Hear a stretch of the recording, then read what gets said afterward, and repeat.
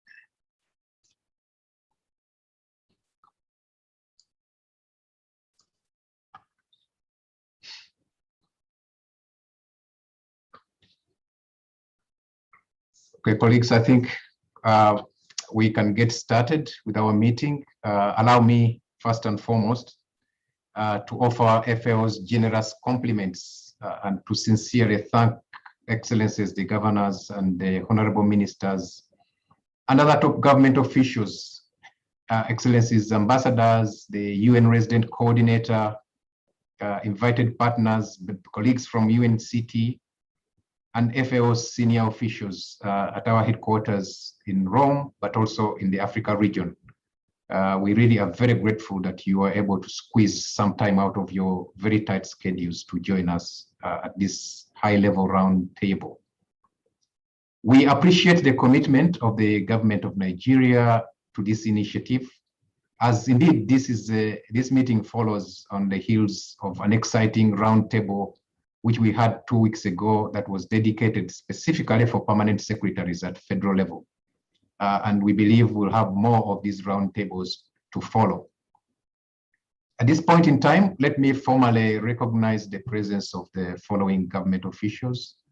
And I'm informed we have the Honorable Minister for Agriculture and Rural Development, Honorable Sabona Nono, Honorable Minister of State, Budget and National Planning, Honorable Prince Clem Agba, the Honorable Minister of Humanitarian Affairs, Disaster Management and Social Development, Honorable Sadia Omar Farouk, Honorable Minister of Trade, Industry and Investment, Honorable Tumba Richard Adenyi, the Senior Special Assistant to the President on SDGs, Her Excellency Princess Adejoke, I think she was about to join, the Executive Governor of Borno State, Professor Babagana Omar Zulumu, and we are still expecting other governors to join us, Excellencies. When they do, we shall definitely recognize their presence.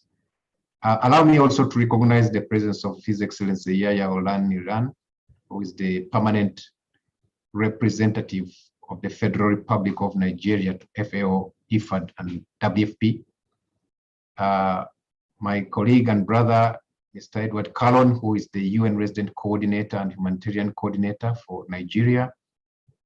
Our partners from IFAD, from the World Bank, Bill Melinda Gates Foundation, Mr. Maximo Torero, who is the FAO Chief Economist, Mr. Bebe Haile Gabriel, who is our regional representative for Africa and Assistant Director General for FAO, Mr. Robert Gay, who is the FAO regional sub-regional coordinator for West Africa, and colleagues from FAO in the decentralized offices who are supporting us here in Nigeria. Now, following several discussions, the hand-in-hand initiative was introduced in Nigeria after a formal request was received from the Federal Minister of Agriculture and Rural Development. So today we are here to update you on the hand-in-hand initiative, to get your feedback and guidance on priorities you feel the initiative needs to focus on. We believe together with the invited partners here, we can, particularly those in the agri-food systems in the country, we can dialogue together and identify areas of synergy. We also appreciate the tremendous efforts of the federal and state governments in tackling poverty, promoting rural development, and tackling the scourge of food insecurity and malnutrition. For us who are here, we have witnessed a renewed vigor and high-level commitment to diversify the economy, with agriculture playing a central role. But in spite of this, the level of public financing and investment is still low. And we need to do more to realize effective transformation that can positively impact on food security, on decent rural employment, and the overall economic development. In this regard, we at FAO have forged transformative partnerships with government and key stakeholders to look at more innovative ways to support countries in mobilizing investments, in realigning or establishing policy options, which enhance competitiveness in identified value chains in crops, whether livestock, fisheries, or forestry. In a few minutes, we'll hear more detail about the initiative, so I don't want to go into the detail of that, but allow me to thank the government of Nigeria for the steps it has taken to strengthen ownership and leadership in the implementation of this initiative. We've had several discussions on this, and we can clearly see that the government is really at the center of this initiative. We believe there is understanding that this initiative is Nigeria's initiative. We as FAO and other partners are available to facilitate and move together with this process. And with that, I would like to thank you very much and to welcome you to our dialogue. At this juncture, let me invite Mr. Kalon Edward, the UN Resident Coordinator for Nigeria, to give his brief remarks. Mr. Kalon, over to you. Excellencies, Executive Governors, the Honorable Minister of Agriculture and Rural Development, other honorable ministers that are present here, development partners, colleagues, ladies and gentlemen. First, I have to apologize for the last hiccup we had when we conveyed this important platform of hand-in-hand initiative. But again, given the importance of this platform, I am honored to address this roundtable discussion on the Hand in Hand initiative in Nigeria. The Hand in Hand initiative launched by FAO is important to Nigeria and indeed the West African sub-region. It will be a powerful instrument if well implemented to support poverty eradication and accelerate structural transformation of the food systems. The initiative responds to the UN Secretary General's proposal for repositioning the UN development systems to redeploy and strengthen the assets of the UN development system entities. These assets include data collection and analysis, policy and technical support, and facilitation of robust partnership to provide non-financial means of implementation and scaled up finance and investment. The aim of the initiative is novel. It is based on the understanding that we don't have one size fits all solution for agricultural transformation, especially in rural areas. By manipulating different data sources, the initiative helps us use scientific methods to differentiate territories based on their potentials. Through this approach, we'll be able to identify areas where market-oriented agricultural transformation has the potential to lift large numbers of people out of poverty and hunger, areas where poverty can be addressed in this way, and areas where there is already a high level of attainment of agricultural potential. Consequently, we'll be able to design targeted programs that will maximize the impact of our interventions. At the UN system in Nigeria, our priority is to work with partners to ensure that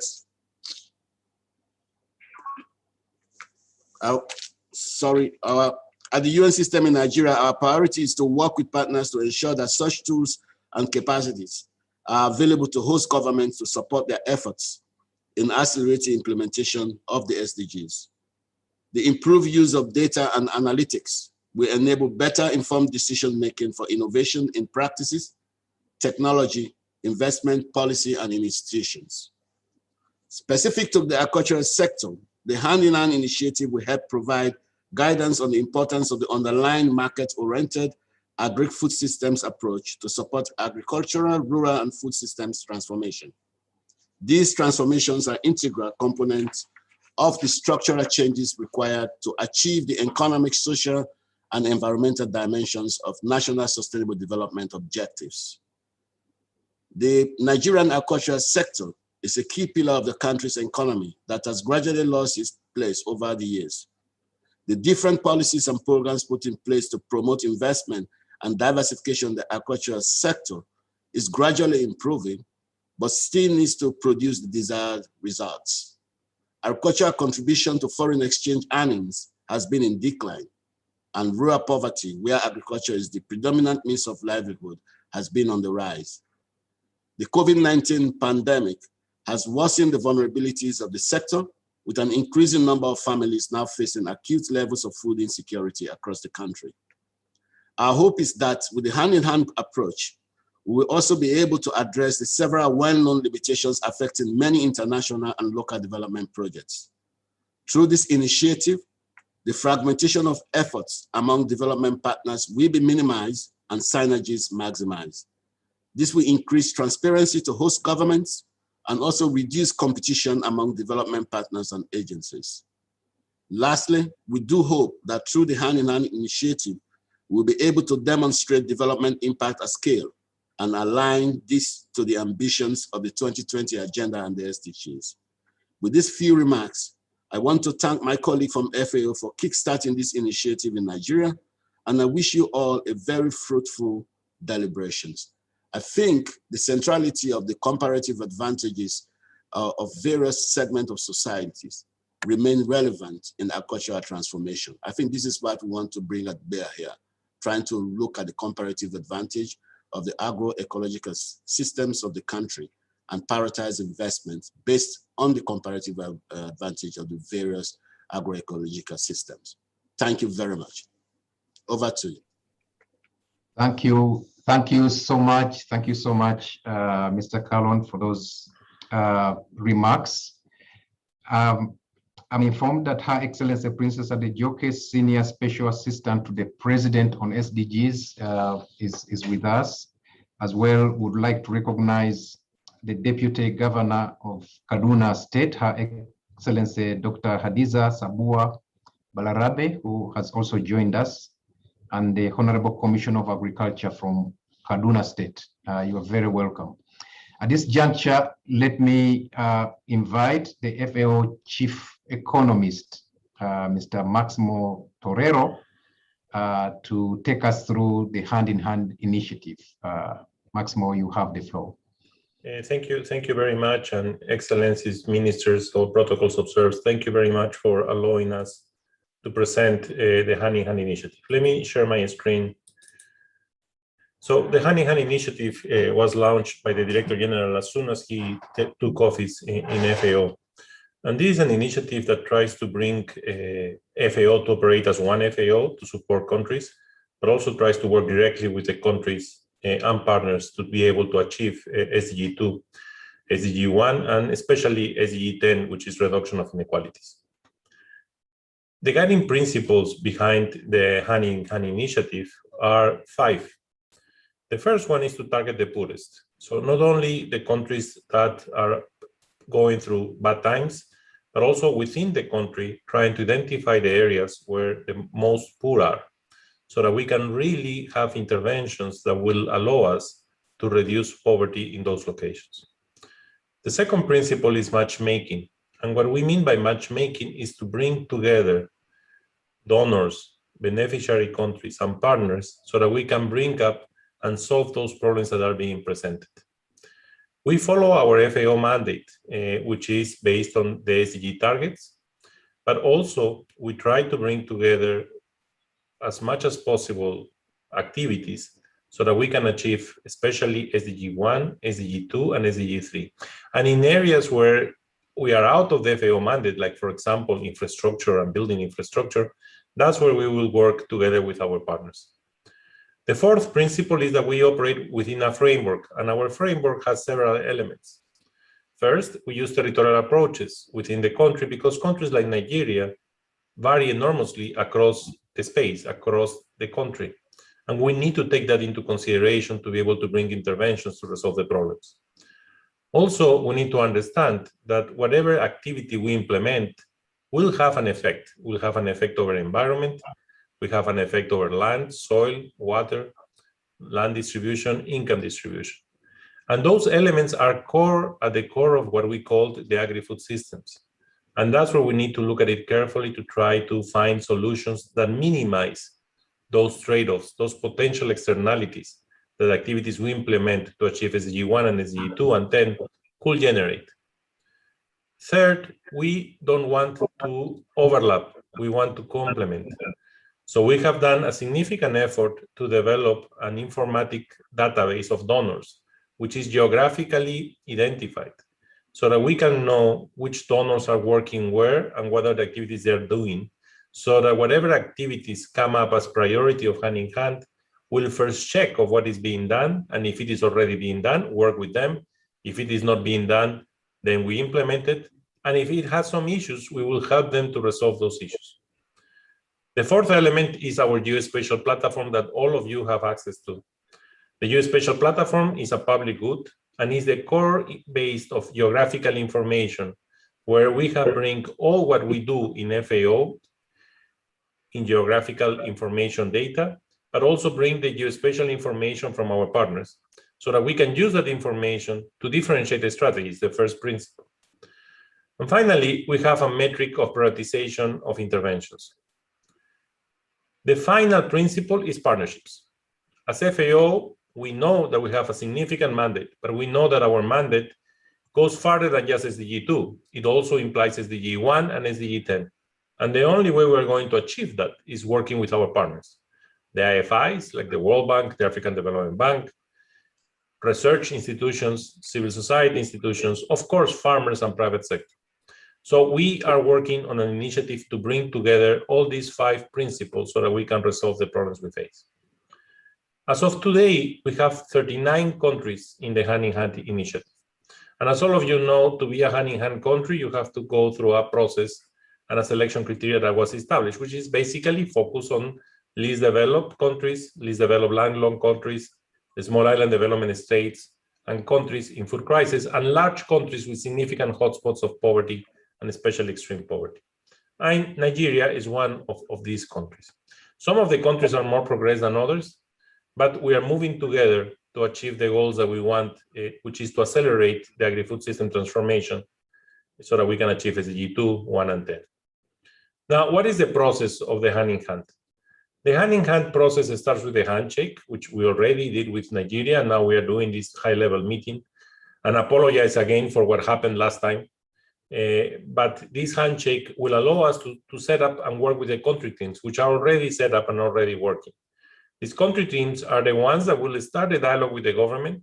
And of course, I led by the UN Resident Coordinator together with our office in Nigeria, so that we can really respond to the needs of the country. And this will allow us also to bring our technical information, data, and technical expertise together with the government, and also try to build jointly capacities. And I say jointly capacities because there are things that we need to learn from you, and there are things that we can help you in learning, so that we can set up the territorial approach that is behind the framework of the hand-in-hand initiative. Once we have that in place and we agree with the government the locations where we are going to do interventions, we can start what we call the executive roundtables, which are basically to solve problems. That's why we call them executive. These are roundtables that will allow us to discuss with the members of the government and the key stakeholders which are the major problems being faced and how we can resolve them. And once we prioritize those solutions, then we do investment plans for those solutions for that specific area. Let me be clear, these investment plans are not country-wide investment plans like the CARAP investment plans. These are investment plans for the specific areas of intervention of hand-in-hand and for the priorities being selected through this executive roundtable so that we can release constraint to farmers in those locations and we can accelerate the process to move from periods of poverty or extreme poverty to around 7 PPP dollars per capita, which is basically a sustainable move out of poverty. With those investment plans, we do the matchmaking, and we do the matchmaking in different ways with governments, but also with private sectors, in which we do roadshows and we present the results. And what FAO does is plays a role of facilitation with the government. We don't work directly with the private sector. The government is the one that will be working and will be selecting the companies they want to operate if there is an interest, as well as with the donor companies. We also have implemented an M&E system, a monitor and evaluation system, so that we can track progress, not only of what FAO does, what the country does, but also what our partners will do, private sector, IFIs, and others, so that we can have a comprehensive dashboard that allow us to track the progress of the project.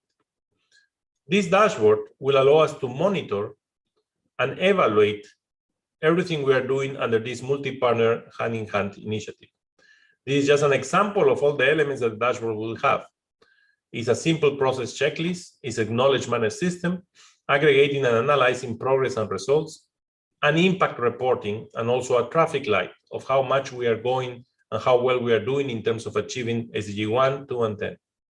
And of course, it will have a communication element. But this will be central to track and see if what we are doing is correct, and if not, to work together with the government to put the corrective actions in place so that we can find the solutions that we are looking for. What are the major milestones that we have in place? Once we agree to work together, we will have developed the technical analysis, which we already have progress in the case of Nigeria, implement the country roundtables, program the investment analysis, and program the implementation and coordination. And that will allow us, and we hope by 2023, have our first assessment of how much impact we have, how much progress we did. And our final report will be in 2027. Please note that hand-in-hand is one of the ways in which FAO operates in your country. And it's a mechanism and a framework which is really targeting areas that have agricultural potential, but have a lot of poverty, which is an inconsistency. And what we try to do with hand-in-hand is to release those constraints that these farmers are facing so that they can really get the returns of the agricultural potential. So we expect quick returns to the investment that we do in hand-in-hand in terms of poverty reduction. And we look at all the areas in what we call the agri-food systems, which is, of course, staple commodities, high-value commodities, aquaculture, fisheries, forestry, and livestock, all the areas that we operate as FAO, which are in our constitution of FAO. And in all of them, we try to find this type of solutions. And the government with us will make and decide the priority. This is a country-led, country-driven initiative. And the government is going to be the one deciding where we're going to put the priorities in place. Just to explain a little bit the geographical and the territorial approach we follow. Essentially, as I already explained, we have two types to oversimplify areas: the low potential and low average efficiency, or the areas that are in problems because of conflict, and the high potential and low average efficiency. The green areas are the areas where there is significant agricultural potential, but farmers are facing challenges that don't allow them to realize that potential. And that's exactly what Hand in Hand is trying to resolve. In the red areas, normally areas in conflict, we will be working with OER, our emergency group, to try to create a nexus of peace and agriculture, to try to move them out of the problem they're facing and increase their resilience. For example, in this case, we're looking at the poverty map, poverty rate of the case of Nigeria. And here we see that we have to follow a twin-track approach. We have to follow a first track in looking at affected territories because of potential problems or conflict. And we also have to look at a second track, which is trying to create the agri-food system development and rural transformation in what we call the green areas. Hand in Hand develops a program business proposal with benefits for Nigeria and partners, and try to mobilize investments up to scale to bring innovations to achieve SDG 1, 2, and 10. FAO as a knowledge organization will build capacities and provide tools and analysis with a unique expertise in several areas, and is an honest broker. And we will start this, of course, through facilitation of TCPs that will allow us to initiate the process in the country. But this twin-track approach is central because it allows us to not only focus in areas, the green areas of agricultural potential, but also to focus in areas where we have today significant problems because of conflict or because of extreme climate weather, where we can bring solutions and create this process of increasing the resilience. So if we assume that this is Nigeria, there will be areas in green and areas in red. The improvement of agricultural value chains will be in the areas in green, where we can really benefit from the increase of the productivity of farmers and linking them to markets. In the red areas will be in areas where are more complex right now to operate because of the situation that they are living, and that's the areas where the emergency unit will work. So if we do this classification, and we have 7 classes just for simplification, all the dark green areas are areas where we have significant poverty, significant agricultural potential. And this is the areas that we call high priority for Hand in Hand. Now, together with the government, we have to decide where in these dark green areas we should start operation. The red areas are areas where today agriculture won't be a solution. And this could be because of many reasons, including conflict. And in the red areas, we have to work with OER to try to create this transition process so that they can become at some point green areas. But clearly, the green areas, the dark green areas, are the ones that can help us to quickly move to reduce extreme poverty as soon as possible. So what are the types of interventions? For the red areas, the areas which are in crisis, the areas which are under conflict, here FAO has a battery of tools that have been using: social assistance, cash transfers, social pensions, in-kind transfers, public work programs. We also have labor market interventions like active labor market interventions, passive labor market interventions, and we also have social insurance so that we can minimize the situation that they are facing today, which is a huge challenge. But in the green areas, where the major mandate of FAO is, which is to push the agricultural food system, create this agri-food system transformation, our job will be to assess them and to try to develop inclusive supply chains that are inclusive of smallholders and micro enterprises and SMEs.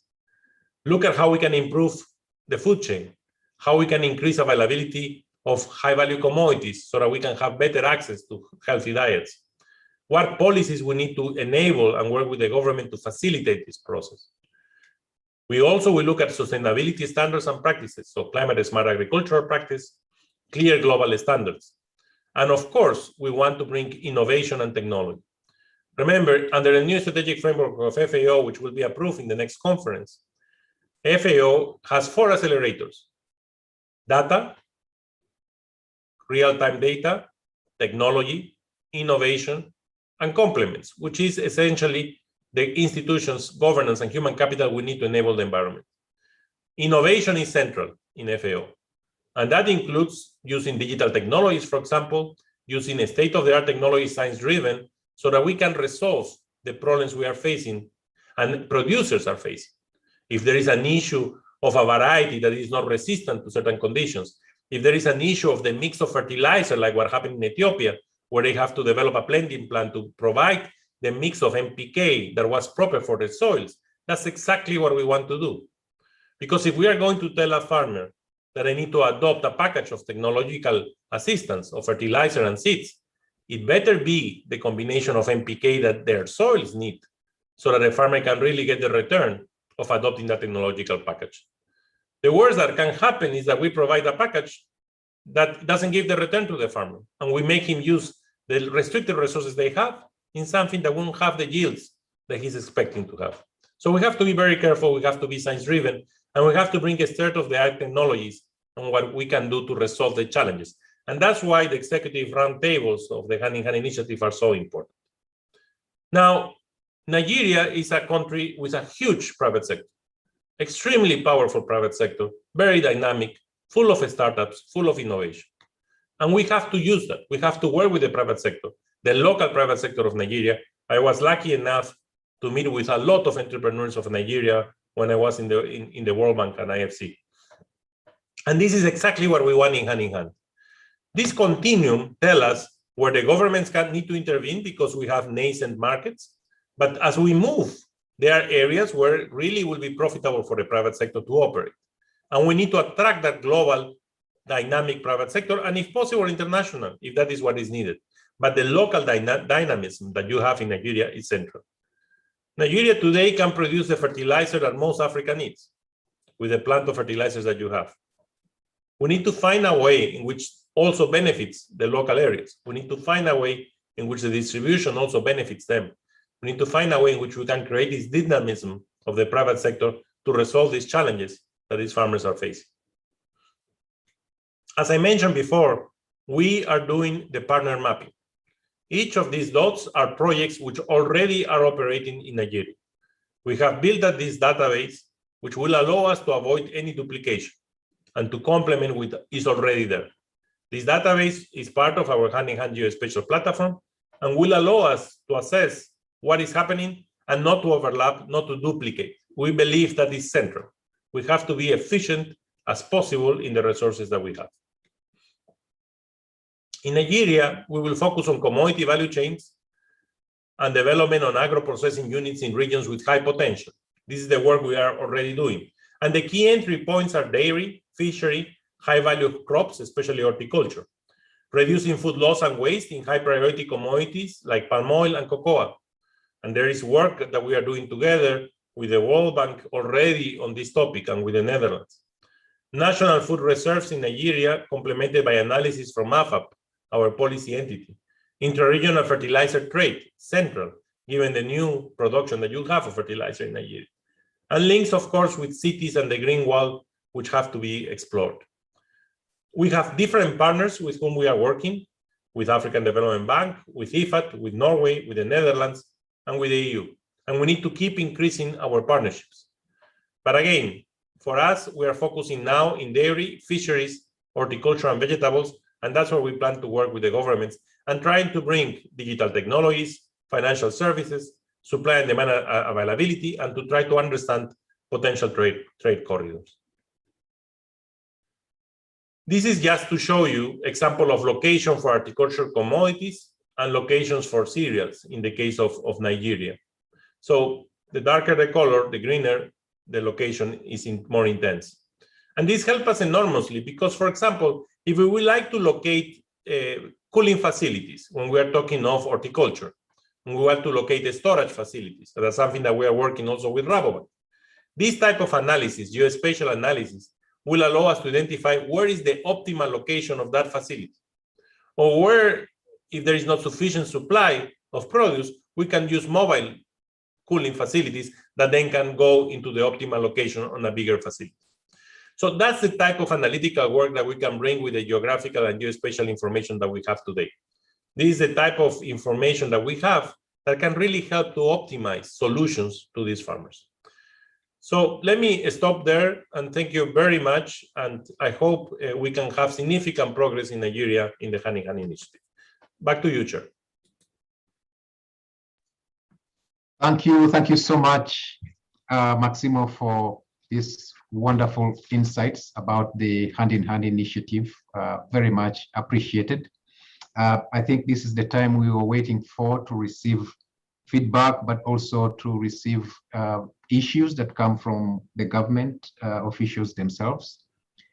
Before that, let me just recognize the presence of His Excellency Kayode Fayemi, who is the chairman of the Governors Forum, who has just joined us. I also want to recognize the presence of the director of the Africa Development Bank, Mr. Lamin Barrow, who also has just joined us. And also, I would like to recognize the head of cooperation of the Canadian High Commission here in Nigeria, Mr. Kevin Toka, who has also joined us, and the representative from the USAID, who has also just joined us. On this note, I want to welcome Dr. Abdulkadir Muazu, who is the former Permanent Secretary of the Ministry of Agriculture, Rural Development, who is also working very much with the FAO on this issue of the Hand in Hand initiative to facilitate the next session right now. Over to you, Dr. Muazu, please. Thank you very much, Fred. Your Excellencies, Executive Governors, Your Excellencies, Honorable Ministers, and other high-level officials from the FAO. This is the time for the high-level government officials to make short remarks. And in accordance with the agenda, we have about 10 high-level government officials and World Bank and IFAD that are expected to make remarks. Because of time constraint, I will politely and respectfully request that remarks are limited to 3 minutes so that, especially for ministers and governors to get back to their desk. So it is my pleasure to invite, according to the agenda, is the Honorable Minister of Agriculture. But sir, Honorable Minister of State for Budget and National Planning has craved your indulgence to allow him to speak first because of an urgent issue he needs to get back to. So it's my honor and privilege to invite the Honorable Minister of State, Budget and National Planning, Prince Clem Akbar, to make a short remarks. Welcome, sir. Yeah, thank you very much, Mauzu. And I appreciate the Honorable Minister of Agric for allowing me to speak. He is aware we are currently having bilaterals on the medium-term national development plan. And I ought to have been with my team at 10 a.m., but I had to stay back because of the importance I place on this initiative. Your Excellencies, Governor of Ekiti, Borno, and Deputy Governor of Kaduna State, Your Excellencies, Honorable Ministers of Agric, Industry, and then Humanitarian Affairs, Your Excellency, the UN Resident Coordinator, my brother, Edward Kalon, the FAO Rep to Nigeria, Fred Kafaro, SSAP to the President on SDG, Her Excellency, Princess Adefulore, development partners, fellow participants, distinguished ladies and gentlemen. For me, it's an honor and privilege to be part of this high-level roundtable on the Hand-in-Hand initiative, which is an audacious inventiveness by the Food and Agriculture Organization of the United Nations to eradicate poverty, which is the focus of the Sustainable Development Goal 1, and to end hunger and all forms of malnutrition, which is the focus of Sustainable Development Goal 2, by accelerating agricultural transformation and sustainable rural development. I consider it quite significant to correlate these important goals with the sub-goals of poverty alleviation and rural development in the bigger picture of sustainable economic development pursuit of the administration of His Excellency President Muhammadu Buhari, in which I serve as the Minister of State for Budget and National Planning. It is the irreversible desire of administration to address poverty, and the President has gladly committed himself to ensure that 100 million Nigerians are lifted out of poverty in 10 years. That desire is captured in the process of producing our new medium-term national development plans, 2021 to 2025, and then the Nigeria Agenda 2050. As a government, we are sharply focused on this important agenda, which is a must for enhancing an enduring legacy of people-oriented governance for posterity. The hand-in-hand initiative, without a doubt, will also help to achieve the other 15 SDGs for the overall transformation of our world. In September 2015, the General Assembly of the United Nations adopted the 2030 Agenda for Sustainable Development that includes 17 SDGs.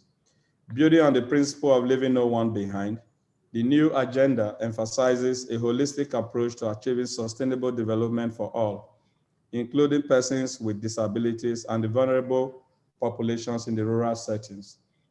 This is where the hand-in-hand initiative to reduce inequalities and vulnerabilities of the rural poor comes in as a game changer.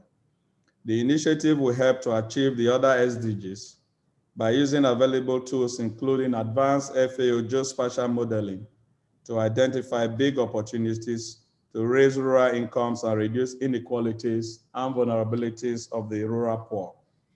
Flowing from the above, I'm happy to inform participants at this roundtable that our administration has earmarked a sum of 34 billion for about 377 rural roads in 266 rural communities along the agro corridors in order to put an end to the post-harvest losses.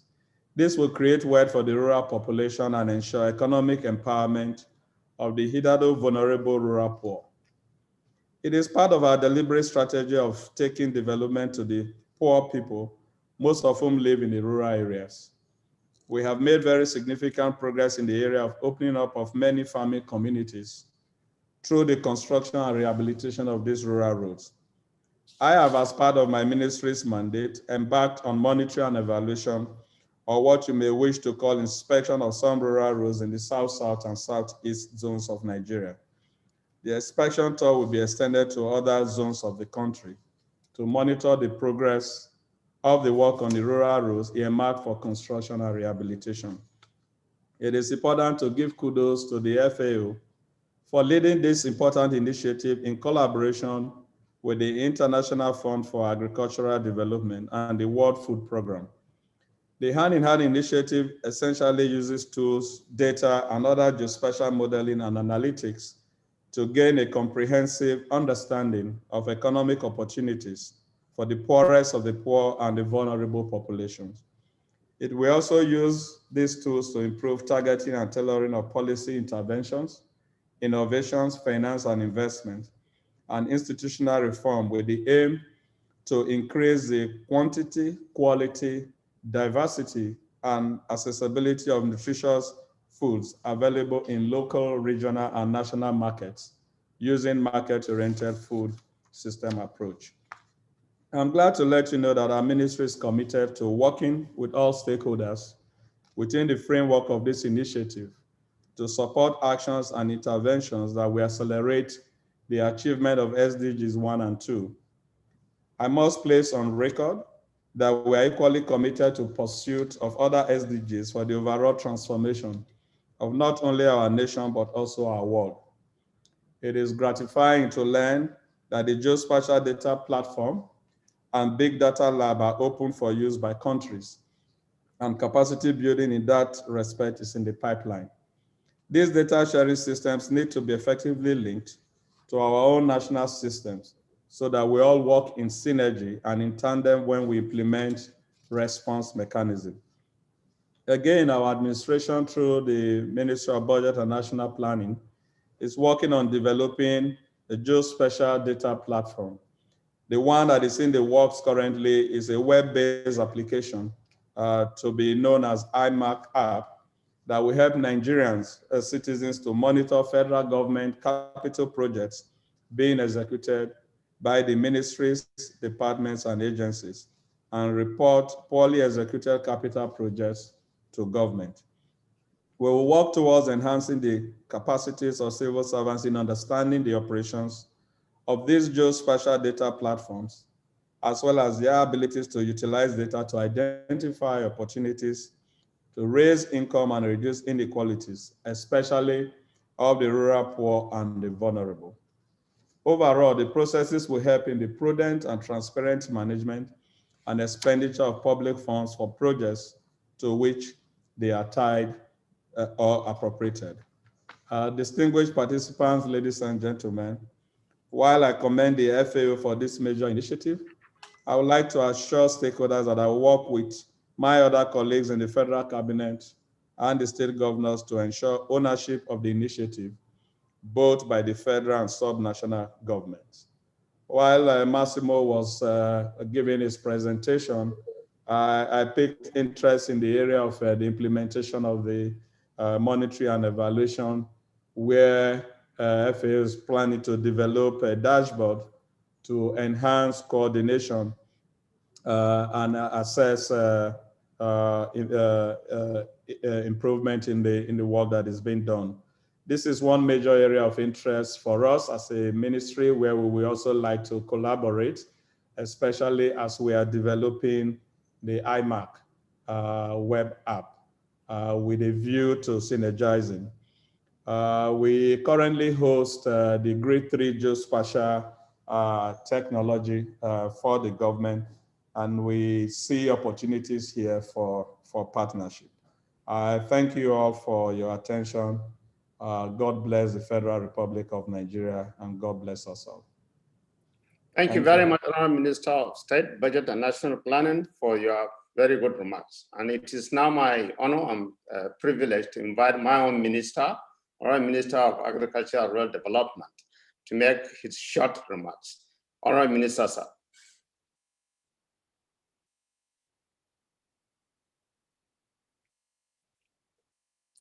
Honorable Minister of Agriculture and Rural Development. Are you still connected, sir? He's connected, but I think he's muted, that's all. Just muted. Sir, maybe you are muted. Unmute. So maybe you need to unmute your microphone. Honorable Minister, sir.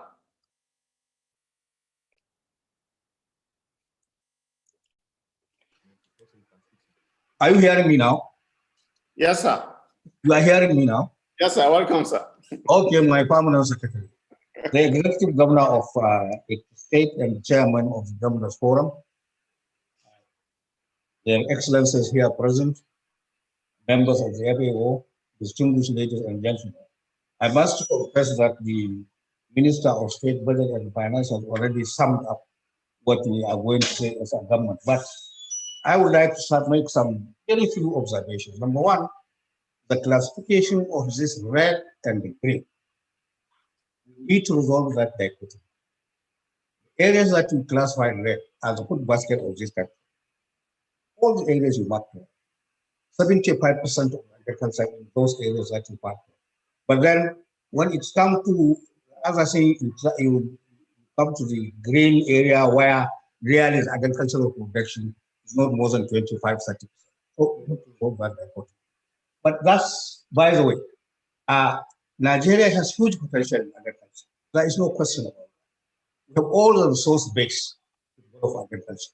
We have rain, we have land, we have everything that we can think of. But the basic fundamental issue is this.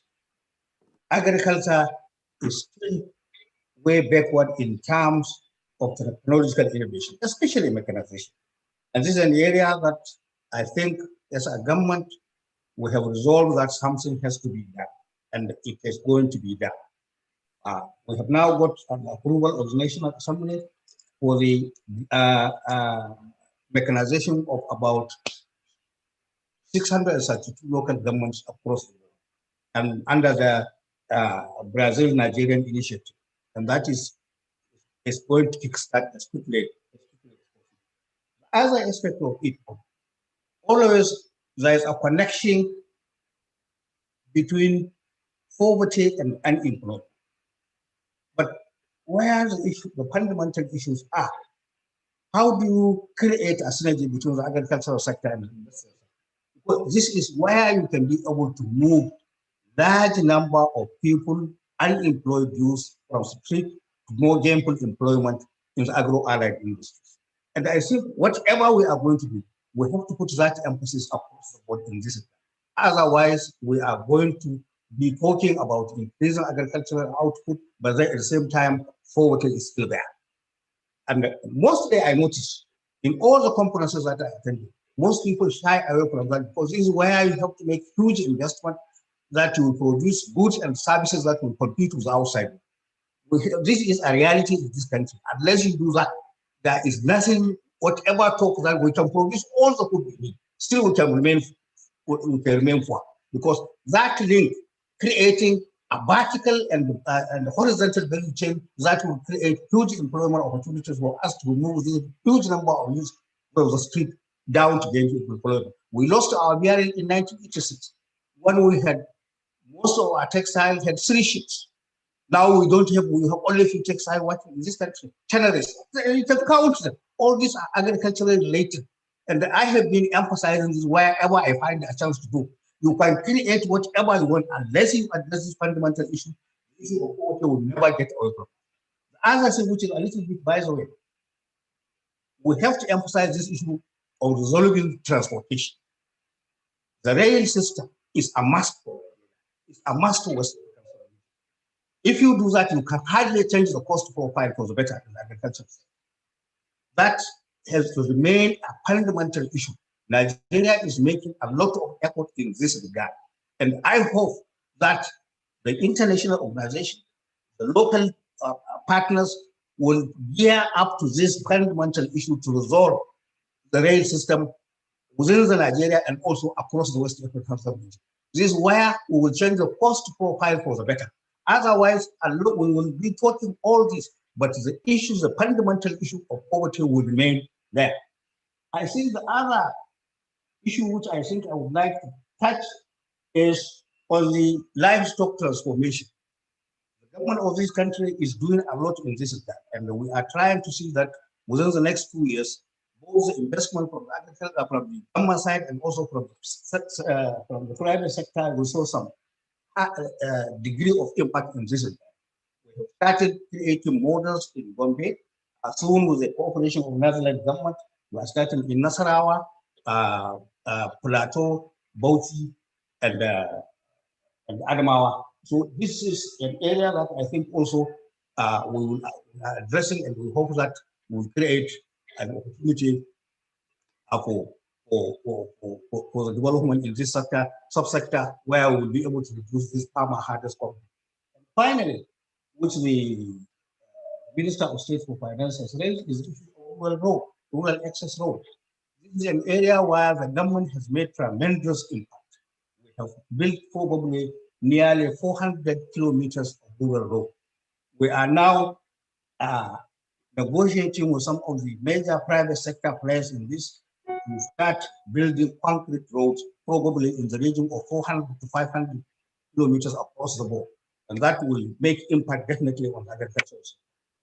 Not need to go further than this. Thank you very much. And I thank everybody in this group. Thank you very much.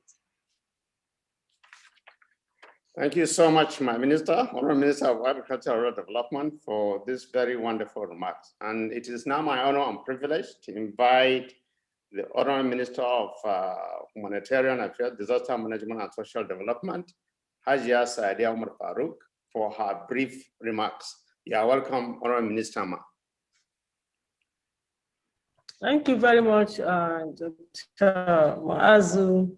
Your Excellencies, the Chairman of the Nigerian Governors Forum and Governor of Ekiti State, the Deputy Governor of Kaduna State, Honorable Ministers of Agriculture, Trade and Investment, and Minister of State Budget and National Planning, the representative of the FAO in Nigeria and ECOWAS, the UN Resident Humanitarian Coordinator at Cologne, distinguished participants, ladies and gentlemen. I'm glad to be here for the hand-in-hand initiative roundtable, which is a key initiative being anchored by the FAO, and which focuses on eradicating poverty and eradicating hunger and all forms of malnutrition. For us in the Ministry of Humanitarian Affairs, Disaster Management and Social Development, this meeting is apt because it strengthens our belief that food security, being a cross-cutting issue, requires a multi-sectoral, multidisciplinary, multifaceted, multi-agency, and coordinated whole-of-government approach to address its dangers. Hence, bringing together the stakeholders from different MDAs and organizations today to provide the insights from the perspective of their different mandate.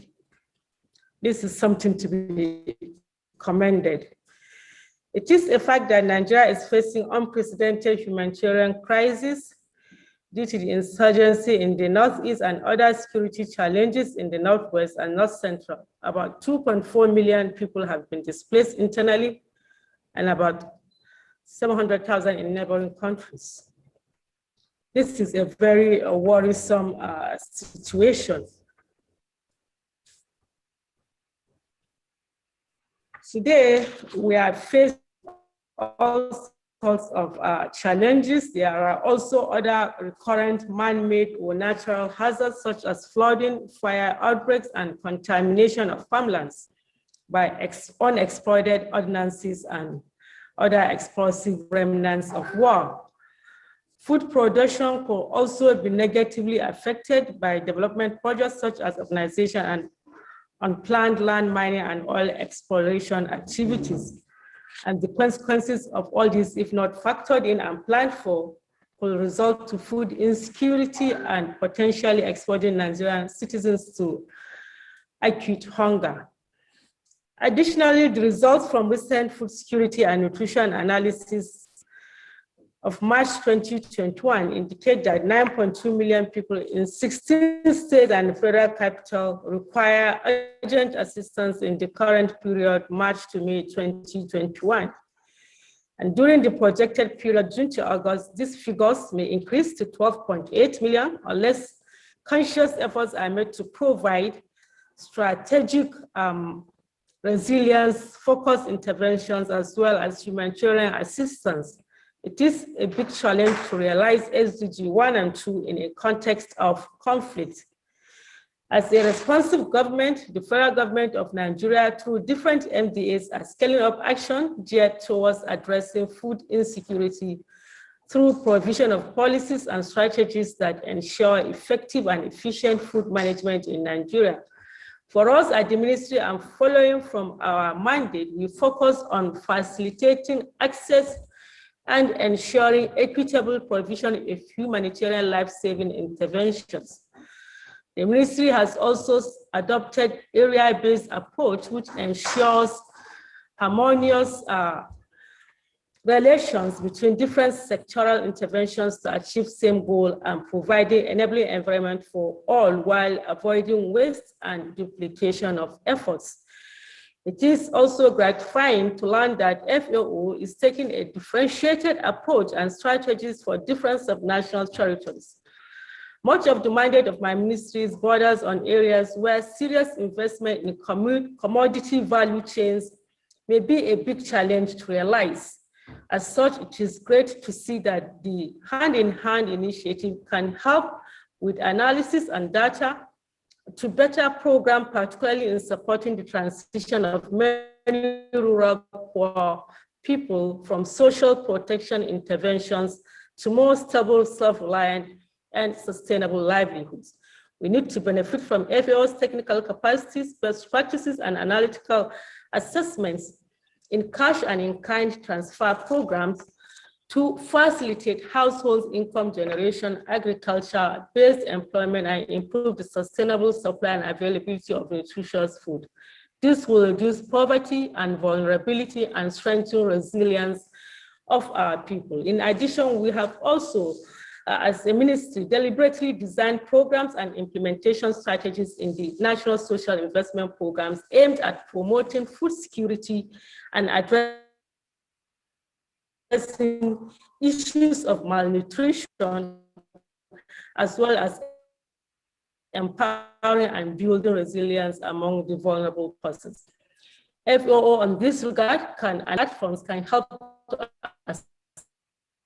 accelerate the ministry's work on social protection and to help better target livelihood interventions based on agriculture, Northeast, Northwest, and North Central, especially among the most vulnerable, and make meaningful contribution to key objectives of the 2030 Agenda for Gender Empowerment and Youth Employment. Your Excellencies, acknowledging that conflicts of any form is one of the root causes of food insecurity in Nigeria. We are therefore focused on developing action that goes beyond managing and coordinating humanitarian actions to dealing with critical needs of building resilience and ensuring long-term investment in tackling the root causes of conflicts and vulnerabilities.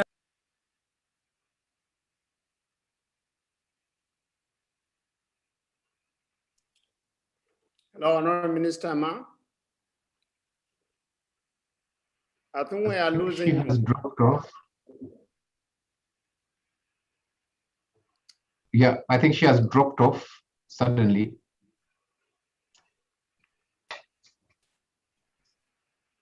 Honorable Minister Ma. It's like we have lost you.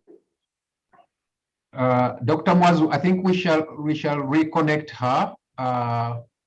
Maybe in the meantime, we can move to another speaker. But before that, let me also recognize, I think I did in the beginning, the presence of the governor of Borno State, His Excellency Professor Babagana Mara Zulum. He is also with us. Dr. Mwazu, please go ahead. Okay. Thank you so much, Fred. And thank you, Honorable Minister for Humanitarian Affairs. Sorry, I think you lost your connection, so you didn't have the opportunity to conclude. But thank you for your very good remarks. It is now my pleasure and privilege to invite the Honorable Minister of Trade, Industry, Trade and Investment, Honorable Otumba Richard Adeni Adebayo, for his short remarks. Honorable Minister, sir.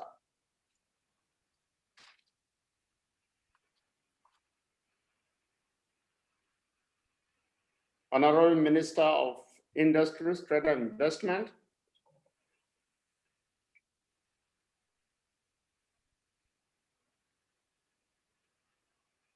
So maybe you are muted. So can you kindly unmute your microphone?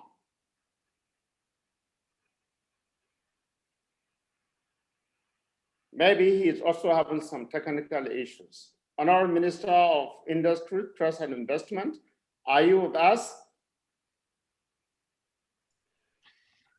He is in, but I think he has some challenges, looks like, with his connection. So we can come back to you maybe after the next speaker if you reconnect. And so let me now invite the Senior Special Assistant to the President on Sustainable Development Goals, Princess Adejoke Adeflure, for her short remarks. Your Excellency, Ma. Thank you very much, Permanent Secretary. I am sitting in for Her Excellency, who has been trying to connect, and she's on transit. So let me quickly read her brief remarks, please. Honorable Excellencies, the executive governors here present, honorable ministers, distinguished participants, let me, from the outset, commend the leadership of FAO and our national partners for your commitment to the overall implementation of this hand-in-hand initiative in Nigeria, which seeks to support the numerous investments we are making to eradicate poverty and hunger in Nigeria. Considering the enormity of the challenges, both natural and man-made, that threatens agricultural production in recent times in Nigeria, the launch of this initiative couldn't have come at a better time than now, as it offers opportunity for increased income, food security, and reduced inequalities and vulnerability of the rural poor, who constitute the vast majority of the country's poor.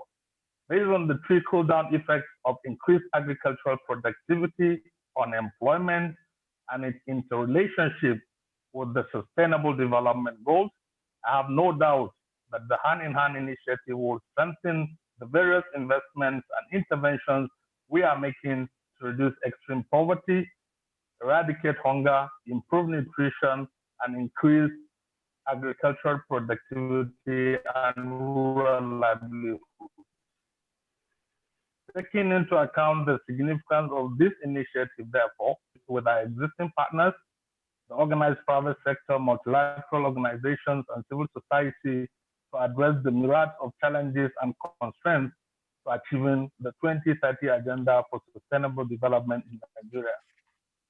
As agriculture is the largest employer of labor and a means of reducing unemployment in the country, let me use this opportunity to encourage all our partners to strive to create an enabling environment for our farmers, youth, women, and other key actors in the agricultural value chain, and to provide technical assistance in strengthening the weak links along the value chain. Distinguished participants, in line with the transformative promise of the 2030 Agenda for Sustainable Development, let me conclude by reaffirming Nigeria's commitment to the successful implementation of this initiative and the achievement of the SDGs in Nigeria. My office looks forward to working closely with you all in this decade of action for the global goals so that no Nigerian is left behind. I wish you all a productive dialogue, and thank you. Thank you so much, Dr. Inusa, who has been able to ably represent his senior special assistant to the president on SDG. The Honorable Minister of Industry, Trade and Investment is back. So it's my pleasure now to invite you, sir, to make your short remarks. Honorable Minister, sir.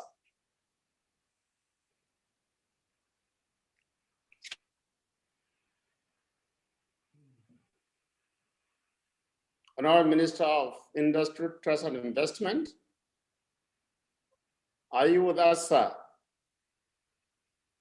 It appears he is still having issues, probably technically with the system.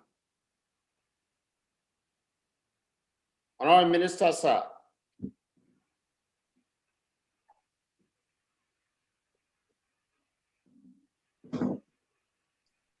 Yeah, I think he's frozen. I can see Okay, he's frozen. I think he still has technical issues. Yes, now let me go to the next speaker. It is my honor and privilege to invite the chairman of the Governors Forum and Governor of Ekiti State, His Excellency, Dr. Kayode Fayemi. Let me confess, I also call him my honorary minister because I had the honor and privilege of serving as a permanent secretary under him when he was Minister for Mines and Steel Development at the Federal Cabinet. Yeah, welcome, my governor and my minister.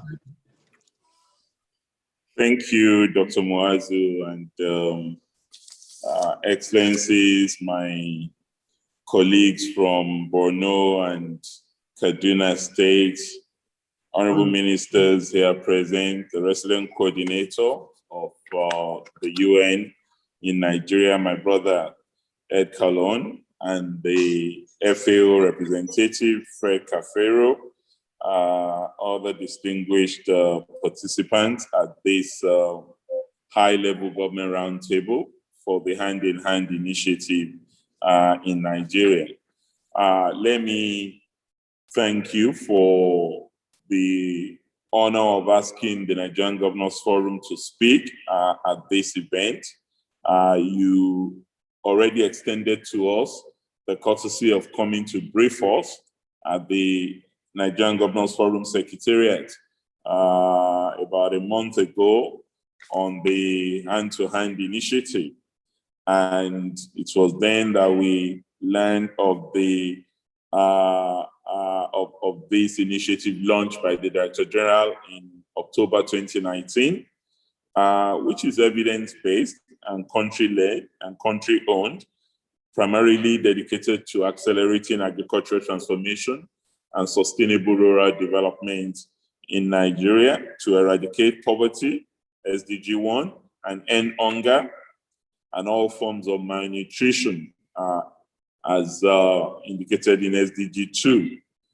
The initiative adopts a robust matchmaking approach that brings together not only participating countries with development partners, but also private sector organizations, IFIs, research institutions, civil society organizations, and the UN to mobilize means of implementation. For us at the Nigerian Governors Forum, agriculture and rural development is serious business. It's not something that will pay lip service to, because we see it as an exit out of the very difficult circumstances that we have found ourselves in the wake of fluctuating oil prices and in the wake of our dependence on a monoproduct.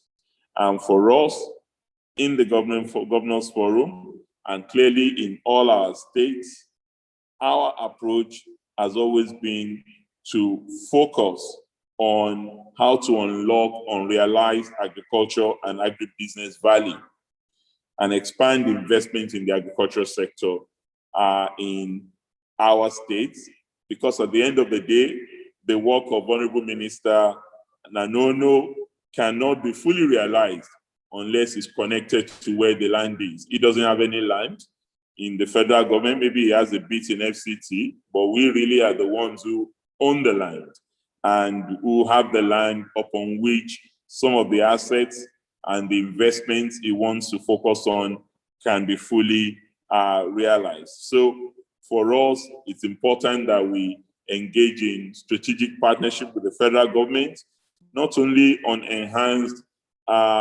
initiatives like the hand-in-hand initiative, but also on investment and finance in agriculture. And in leveraging existing land assets, technology becomes quite crucial. And from what we've seen in the presentation by Marimo, we can also immediately see how best the hand-in-hand initiative can be of value to us in our various states in attracting quality local and foreign private sector investments. Our business is also to boost the local and export shares of our commodity markets and also accelerate innovation and technological deployment to support agriculture and agribusiness. In order to be able to do that effectively, we see a great value in partnership between ourselves as governors and the Food and Agriculture Initiative Organization, the IFAD, and other critical institutions, research institutions that we're already working with, such as IITA, that many of our states are engaging in improving the yield and improving the quality of the crops in our various states. So for us at the level of the Governors Forum, we are very desirous of partnering with FAO, with IFAD, and with the United Nations as a whole, and we've been doing this for years. We have a desk at the Nigerian Governors Forum totally dedicated to agricultural development, and we are always willing to ensure that that desk serves as a coordinating mechanism for partnerships between our various states and the international institutions that are focusing on agriculture. To this end, we warmly welcome this initiative and we look forward to strategic partnership with you at the level of the Nigerian Governors Forum. Thank you. Thank you so much, Your Excellency, for this very kind remarks, which demonstrate the commitment of Nigerian governors to the implementation of the Hand-in-Hand initiative. I understand the Honorable Minister of Humanitarian Affairs is back and may wish to finalize her remarks. If you are on, Honorable Minister Ma, you can kindly finish your remarks before we invite the next speaker. Thank you, Ma. Thank you very much, Dr. Muazu. I don't know at what point I got cut off, but I was saying Your Excellencies are acknowledging that conflict of any form is one of the root causes of food insecurity in Nigeria. We are therefore focused on developing action that goes beyond managing and coordinating humanitarian action to dealing with critical needs of building resilience and ensuring long-term investment in tackling the root causes of conflicts and vulnerabilities, thereby placing emphasis on peace and stability. It is also my strong belief that always, if all of us strategically align our objectives through joint consultation, planning, and cooperation, issues of food insecurity will be surely addressed. Thank you for your attention. I hope I'm heard now. Yes, Ma, you are back and you are very well heard, and your wonderful remarks have been noted by all. And thank you so much. And we look forward to working with you, Ma, because of the very, very, very focus of this initiative on humanitarian issues. Thank you, Ma. Thank you. I understand the Honorable Minister of Industry, Trade and Investment is back. If you are back, sir, it is my honor and privilege to invite you to give you a short remarks. Honorable Minister, sir. Thank you very much. I think I shall try without using the video, so maybe it will be better quality. Your Excellencies, Honorable Ministers, distinguished ladies and gentlemen, the key nexus between the Hand-in-Hand initiative and our ministry is in our thematic area of agricultural-based industrialization to promote domestication of production and diversification of the economy. In this regard, I would like to highlight relevant initiatives which we are implementing to deliver on our commitments. First is the implementation of backward integration programs for oil palm, dairy, sugar, and cassava to increase our capacity for self-sufficiency through local production and creation of sustainable jobs. Secondly, development of a policy framework for a secured agricultural commodities transport and storage corridor, which we call SAT-C. It is expected to facilitate the movement of produce from the primary source through a safe and secure corridor to three critical points: domestic, industrial, and export markets. And thirdly, the establishment of 109 agro-processing facilities in each of the central districts of the country. At the primary level, the establishment of the agro-processing facilities and the SAT-C initiative will enhance the implementation of the One State, One Product initiative of the Zero Oil Plan, which is established to create wealth for the state by promoting products of comparative advantage, as well as sustaining the quality supply of these food products. As you may be aware, agriculture offers a realistic solution to economic diversification, and deliberate effort by stakeholders to implement an initiative like this is panacea to sustainable food security in Nigeria. There is therefore need to focus on improving the value chain of our raw products to achieve optimum value from high-quality agri-food exports.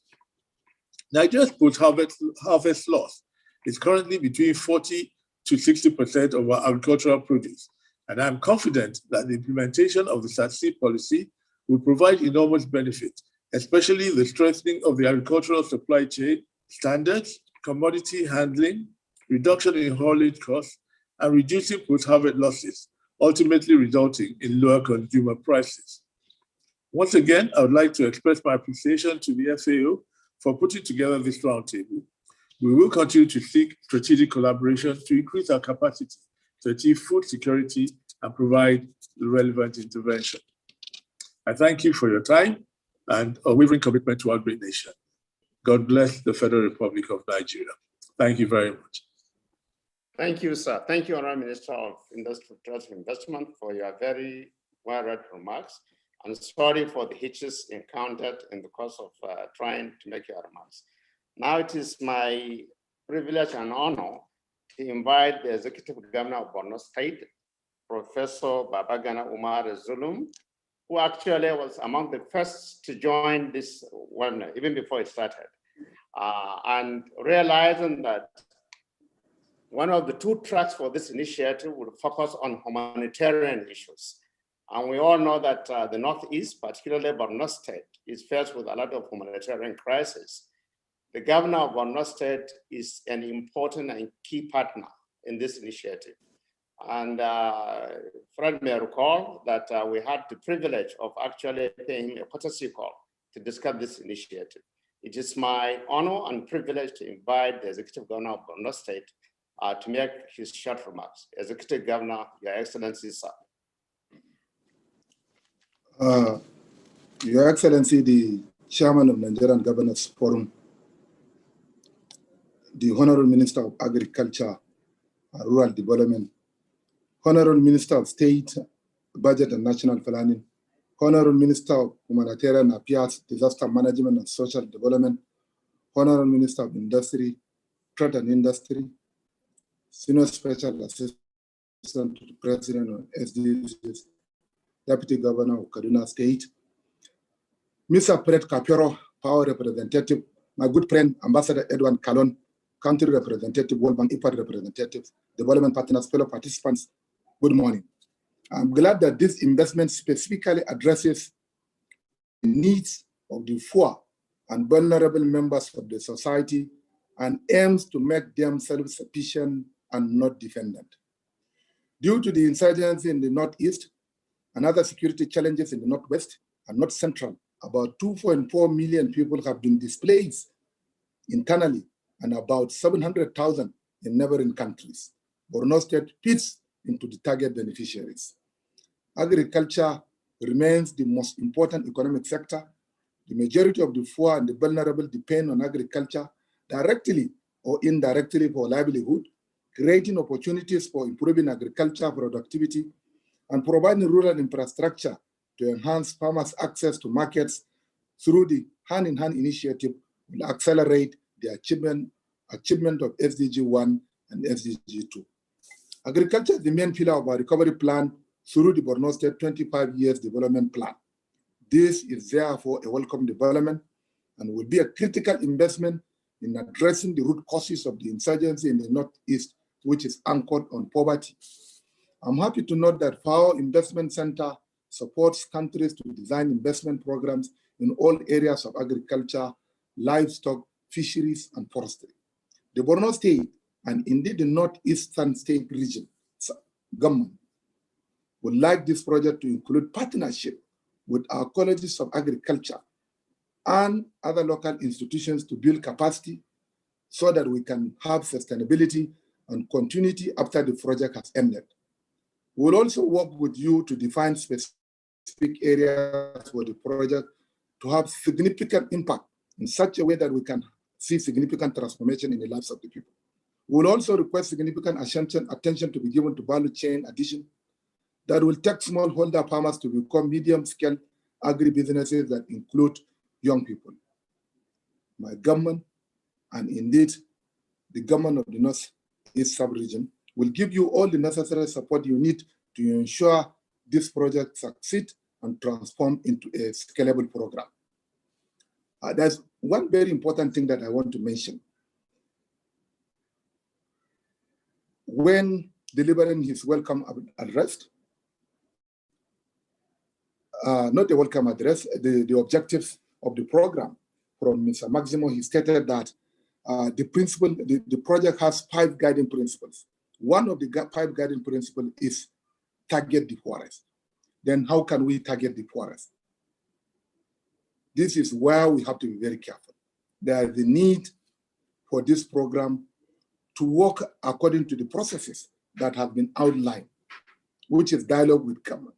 You need to dialogue with the Minister of Humanitarian Affairs, dialogue with the Minister of Agriculture, dialogue with the state government with a view to determining the target people, which is the poorest people. And then another very important key issue that I want to mention is the issue of M&E. Apart from the internal monitoring and evaluation mechanism, I want this program to look into the possibility of including independent M&E mechanism, which is very important. And then I want to inform this gathering that right now I am in Damboa. Damboa is one of the local government areas in Borno State. It's one of the largest local government in Nigeria. I've spent about 3 nights now outside. And then this is a rainy season. I'm also telling you that the government of Borno State is ever ready to partner with you. We look forward to welcoming your team in Borno State soon. Together we shall build back better. Thank you very much. Thank you so much, Your Excellency, for this very wonderful remarks. Of course, and indeed, we look forward to working with you, collaborating with agriculture, humanitarian affairs, and all other stakeholders as we seek to implement the hand-in-hand initiative. Thank you so much, Your Excellency, sir. It is now my honor and privilege to invite the Deputy Governor of Kaduna State, Dr. Hadiza Balarabe, who is representing His Excellency Governor Malam Nasru El-Rufai, to give her short remarks. Your Excellency, ma. Thank you very much. Your Excellencies, the Governors of Ekiti and Borno States, ministers here present, the UN Resident Coordinator in Nigeria, FAO representatives, our esteemed partners, the SSA to the President on SDG, other distinguished ladies and gentlemen. I bring you warm felicitations from His Excellency, the Governor of Kaduna State, Malam Nasru El-Rufai, who is not here because of some unavoidable reasons. He has therefore asked that I deliver his message to this important meeting. It is an honor for us as a state to participate in this roundtable event for the Hand-in-Hand initiative in Nigeria. This initiative for us is apt and timely, coming at a period when we are strategizing to reduce the devastating effects of the COVID-19 pandemic has had on our people, but most importantly, because it has a strong focus on areas with high agricultural potential, especially at subnational levels, amongst other areas that have been highlighted. Over the past 6 years, the Kaduna State government has made great efforts to make life easier by building a sustainable and environmentally friendly business atmosphere for its citizens. Through the collaborative efforts of all stakeholders, the state's far-reaching reforms have yielded some gains, leading to and facilitating the development of policies and regulatory frameworks in agriculture, livelihood and nutrition, social investment and social protection, investments, infrastructure, industrialization, and others. The Kaduna State government in 2020 consulted and thereafter established a collaboration with the FAO to develop the State Agricultural Development Strategy 2020-2030, which emphasizes food security, nutrition, improved livelihoods, agribusiness, and peace building.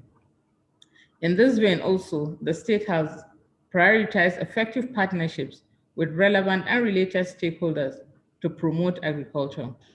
Its investment drive has focused on leveraging on the potentials the state has in agriculture.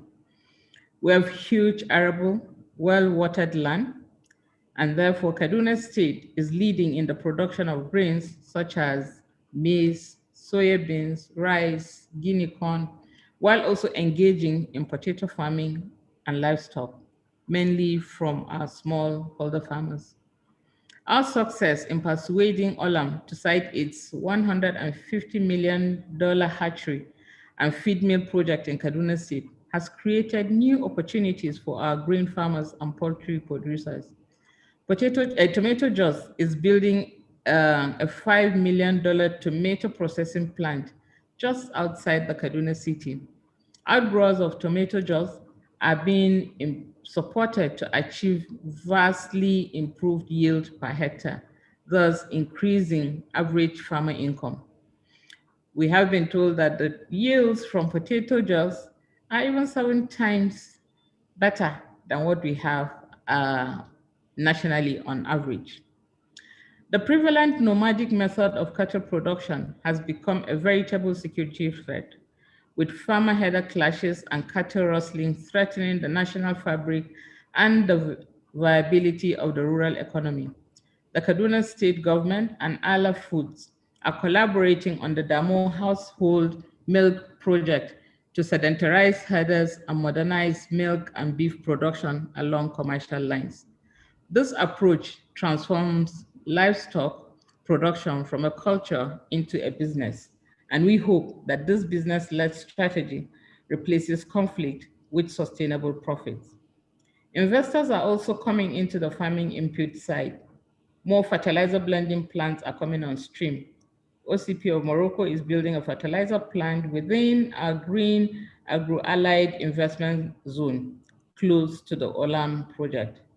While agriculture remains the largest employer of labor in Kaduna State, the age of our farmers does not reflect the demographic of the state as a young state.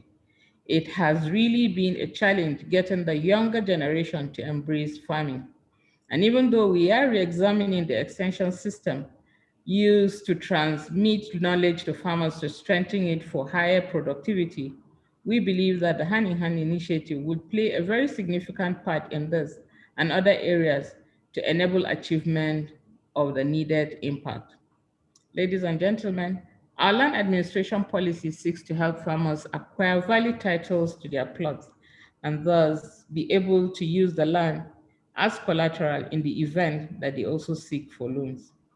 The Kaduna State will continue to focus on empowering its people through modern food and agricultural systems that emphasize a value chain approach to feed the nation and create jobs. Through the Ministry of Agriculture, Kaduna State has registered over 100,000 farmers across different value chains that include dairy, ginger, rice, soybeans, maize, who belong to over 4,000 cooperative groups, commodity interest groups, and over 100 processors and small and medium enterprises. We welcome the Hand in Hand initiative as a major enabler of food security in Nigeria, and we look forward to impacting collaborations and partnerships that will lead to progressive outcomes for our people. Thank you very much for listening, and God bless. Thank you, Excellency. Thank you so much, Hajia Dr. Hadiza Balarabe. Incidentally, she is my governor and deputy governor. I'm from Kaduna State. We look forward to working with Kaduna State in implementing the Hand in Hand initiative. Thank you so much, ma'am, for your remarks. Then it is my honor now to invite the country director of the World Bank, Mr. Shubham Chuduri, to make his own short remarks. You are welcome, sir.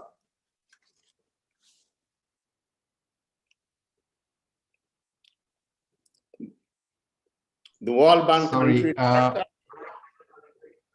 Dr. Mwazu, I received a message here that he had to run for a meeting at the top of the hour. Unfortunately, he's not with us, but we have the others, so you can continue with the others in the meantime.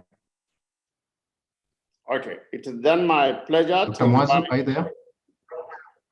Do we have the IFAD representative, Mr. Patrick Abamenshi? Patrick is around, should be around. Yes, I'm here. Thank you. Yeah, welcome. Yes. You are invited to make your remarks. Can you hear me? Yes, very well. Thank you. Thank you. Yes. Thank you, Honorable Minister of State for Budget and National Planning, Honorable Minister, Federal Minister for Agriculture and Rural Development, Honorable Minister for Humanitarian Affairs, Honorable Minister for Trade, Industry and Investments, Chairman of the Nigeria Governors Forum, Your Excellency, Honorable Governor, the Governor, Honorable Governor of Borno State, and the Honorable Deputy Governor of Kaduna State. the Special Advisor to the President on the SDGs, you're the UN Resident Coordinator to Nigeria, UN FAO Representative to Nigeria and ECOWAS, dear colleague. I stand on all protocols. I'm joining you from the Niger Delta. I'm on the field visiting one of our programs, one of IFAD funded programs in the Delta, the Niger Delta, but it was important for me to be here today. And I'm standing in for Ms. Nadine Bossa, who's the IFAD representative to Nigeria. And this forum is very important for us. This initiative is very important for us. And the timing of it is important. We are, Your Excellencies, when you each spoke during this session, you all highlighted different challenges that the country is facing. The challenges of food insecurity in some parts of the country, the challenges of security, which is a big challenge, the challenge of trying to bring in the most vulnerable part of our population into the realm of development, women, youth. So those are important challenges. And today we have an additional challenge in the whole world, which is the COVID pandemic. It took away some of the gains we made over the years, and it's setting us in a little bit back in trying to meet the 2030 agenda. So now more than ever, do we need to work together, collaborate to achieve the goals that are set in the 2030 agenda. For IFAD, especially SDG 1, SDG 2 are very important. And this initiative is creating that platform for us to interact with all levels of government in Nigeria, from the federal government to the states, to interact with the private sector, with our colleagues, donors, with the civil society, with stakeholders. So this interaction is a way to bring us closer and trying to focus together on the same goals. So we are pleased to join FAO in this initiative. It's a very important way for us to also bring the knowledge that our institution has, the experience we have in working with vulnerable populations across Nigeria, and trying to bring that knowledge to work in association with our partners who also bring a lot, like FAO, with all the knowledge and all the experience in working, also bringing technologies, new approaches to different countries. So I won't say long. I'm just thankful that I had a good internet connection to be able to connect, follow so far, and make my remarks. We are wholeheartedly together as we continue this journey that is just starting with this forum. So thank you, Honorable Representative, FAO representative, for inviting us in this forum. And we look forward to engaging further the different stakeholders present today as this initiative comes to life in the coming. Okay, I presume Mr. Patrick has concluded his remarks. Thank you so much for your kind regards, and enjoy your stay in the Niger Delta. This has come to the end of the session of remarks by the senior government officials and development partners. Again, I want to thank everyone who has made regards and wish to revert back, continue with the rest of the program. Fred, sir. Thank you, Dr. Mwazu. I think Ambassador HiHI, who is the permanent representative of the federal government of Nigeria to FAO, wanted to say one or two things. Dr. Yaya, please, Your Excellency. I hope he's still on. And also the Africa Development Bank, as Dr. Yaya comes, the Africa Development Bank wanted just to say one or two things. Can we have the representative of the Africa Development Bank, please? Fred. Yes. Ambassador Yaya is here. Okay, so let's start with Ambassador Yaya, please. 2 minutes, Ambassador. Well, I've been disabled, but let me add my voice to what is here. And standing on all protocol, I want to appreciate Maximo Terrero for his presentation and the way the federal government of Nigeria and the top members, ministers, governors, and other able government officials have brought out different aspects of where the hand-in-hand initiative could be improved upon and make relevant to help Nigeria out of the predicament of poverty, unemployment, and all that. I will want to also add that FAO will be willing to have some agri-products that can be promoted. And in this respect, my suggestion will be that we have at least 6 crop products that can be based on the geographical areas of Nigeria. We also have a lot of river basin authorities that have dams that for now, I believe most of them are not fully utilized. This is an area that can be developed in every facet of production as well as value chain involvement. Finally, I also believe that Nigeria is well positioned to improve on the small scale food production system that has been there. Agroecological, plant vegetation in the backyard by smallholders, small ruminants, chicken and dogs, and aquaculture. And all these are to be put on the value chain. Finally, I want to thank the Director General, Dr. Quinn Dong-Yu, as well as Mr. Terrero for his presentation. Let me thank the UN Resident Coordinator, Edward Kalon, for his coordination and hard work.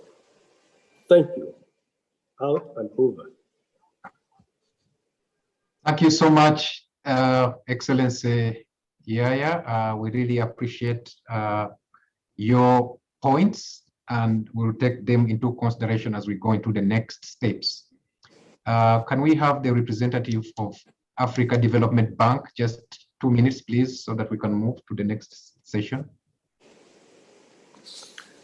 Thank you. My name is Ibrahim Amadou, standing in for the Senior Director, Nigeria Country Department, Mr. Lamin Barrow. Your Excellencies, Executive Governors, Honorable Ministers, all protocols observed.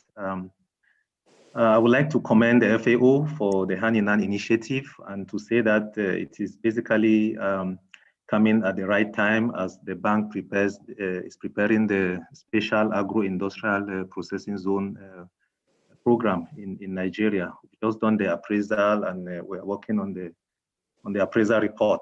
And I just want to highlight briefly what this SCPZ program is all about.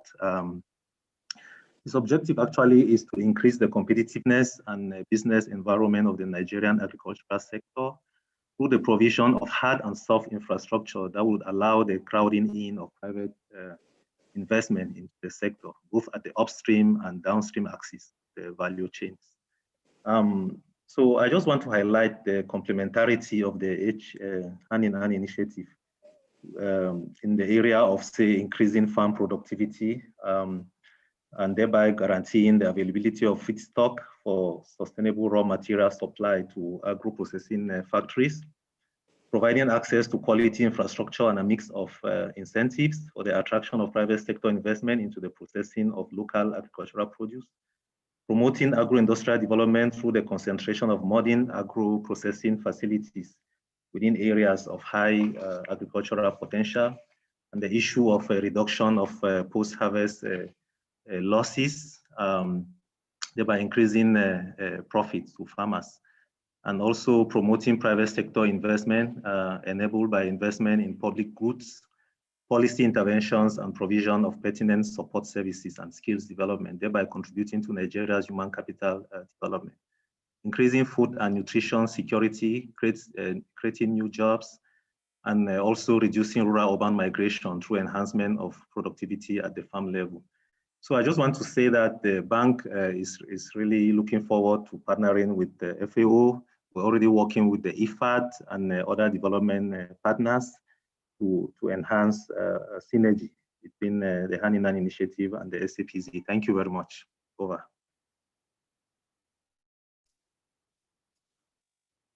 Thank you so much, our partners of the Africa Development Bank, much appreciated. Let me also thank Excellencies, the governors and the honorable ministers for the issues that you have raised, which are very important for this initiative, but also sharing with us the initiatives and investments and programs that are currently ongoing in the country, and also the requests that you made for the hand-in-hand initiative to look into. At this juncture, before I invite Maximo to give some responses to some of the issues that have come on the floor, let me also register the apologies of the Honorable Minister of Environment, who actually had confirmed to be with us, but at the last hour was asked to go on mission, and he is unable to, but he sent his apologies. I would like to invite Maximo now. Thank you very much, Chair, and thank you very much to all the ministers and to Ambassador Yaya for all their comments and all the feedback to the initiative. And everything I have heard has been extremely positive. And I fully agree with the comments of Ambassador Yaya. We need to prioritize and we need to identify the areas of intervention and the commodities that we are going to intervene as fast as possible. As I mentioned before, we are starting with an entry point on dairy, fisheries, horticulture, and vegetables. And it will be very important within horticulture and vegetables to identify specifically which commodities. Why? Because that's what will allow us to identify the bottlenecks and the problems on those specificities that each of the commodities will face, so that we can move and accelerate the process of transformation that we want. At the same time, it's extremely important to have the partners like the African Development Bank, the World Bank, and the others, because that will help us, for example, on the agro parks they are trying to build up, to see how we can create the interlinkages that are needed.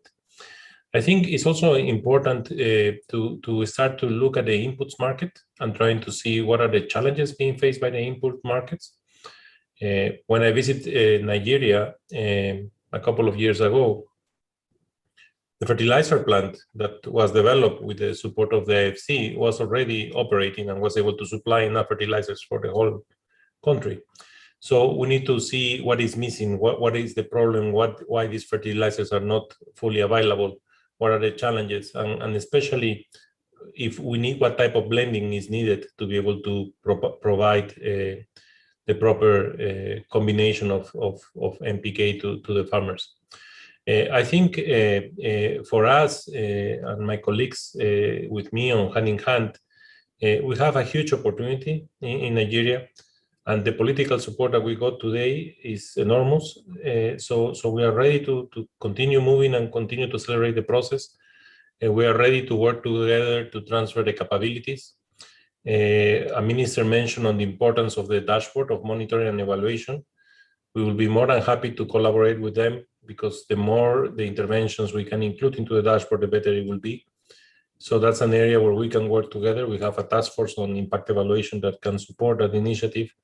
And so we are more than happy to continue this process. So I don't want to go into details, but thank you so much for all the support and for the interest that you have in this enormous initiative. Thank you. Thank you so much, Maximo, much appreciated. I think as we go to the closing, before we hear from our Assistant Director General, let's just spend 1 or 2 minutes to hear the next steps. And over to you, Abubakar, on the next steps, please.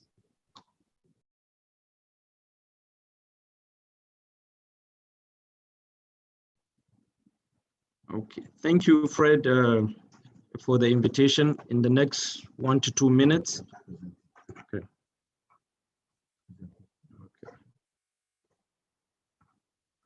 Okay.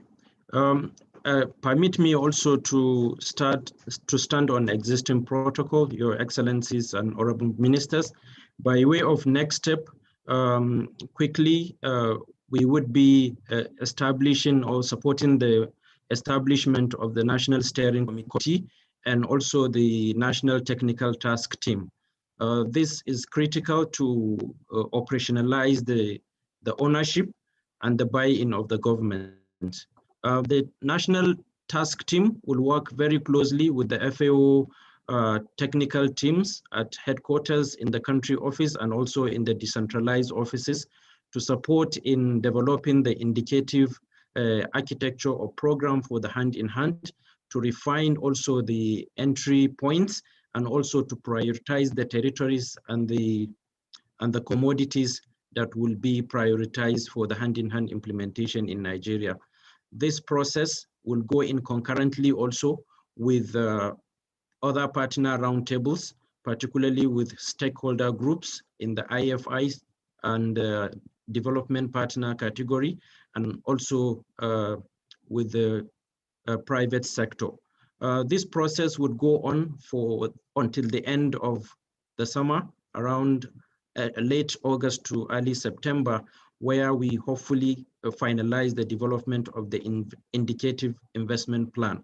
This would then be validated and endorsed at the political level during the executive roundtable, and will be supported thereon with the matchmaking and robust and detailed investment plan development would commence.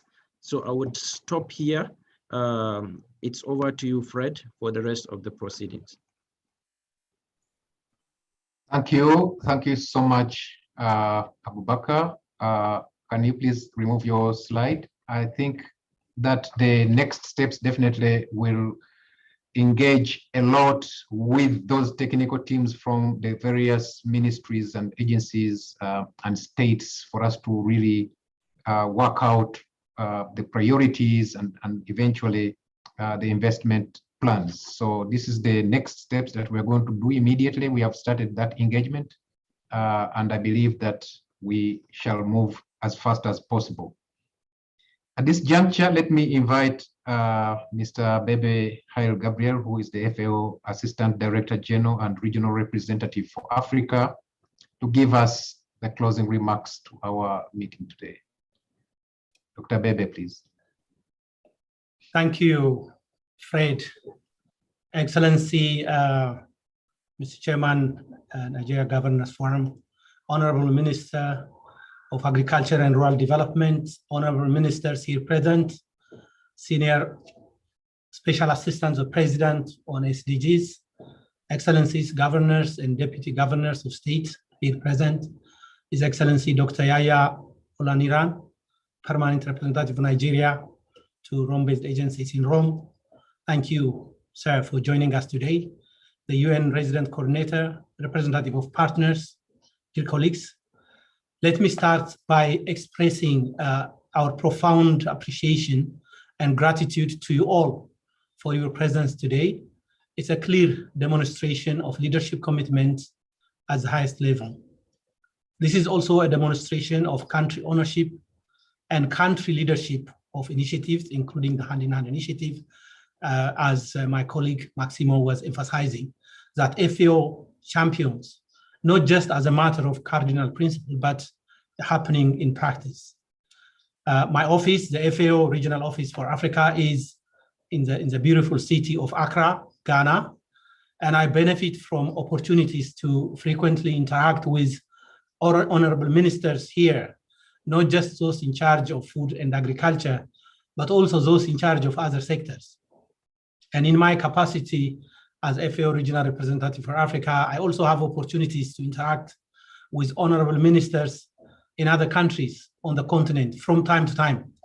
And whenever I had such opportunities, I ask the honorable ministers, particularly those in charge of sectors other than food and agriculture, one particular question. And this question is, what is it that you would consider most important for you to champion an agricultural agri-food transformation agenda?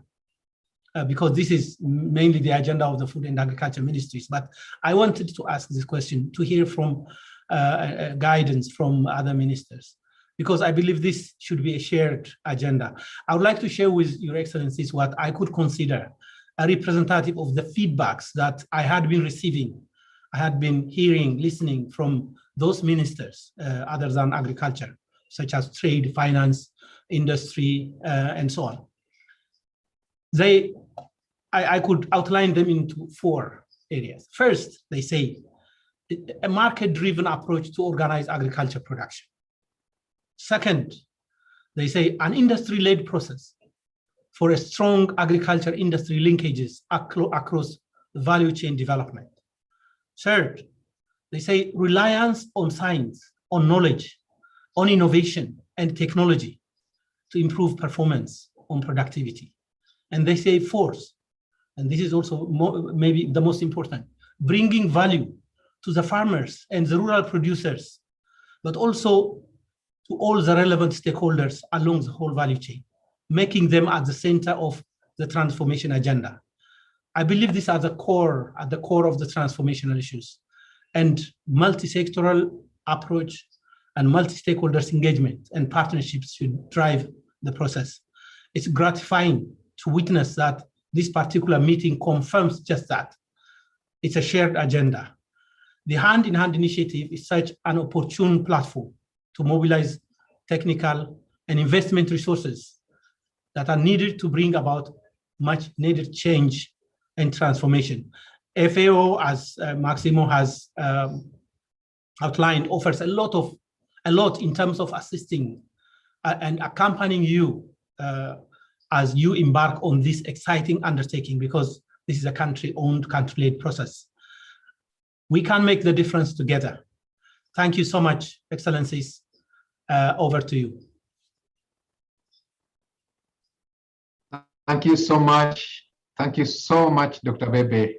Thank you so much, Maximo and colleagues who are supporting this country office for Nigeria to realize benefits out of the hand-in-hand initiative. We really appreciate that. Excellencies and honorable ministers and all of you participants and partners that have joined us, we really want to appreciate your time and we want to thank you so much. This is a beginning, as I said. We are going to have many of these roundtables as and when it's necessary for us to interact. And we will be in touch with all the representatives from the agencies and ministries and states, so that together we can be able to embark on the process of finalizing the analysis and putting together an investment program in the end. I thank you very much for your participation, and let us keep in touch. Have a good day. Thank you. Thank you. Thank you. Thank you. Thank you. Thank you so much.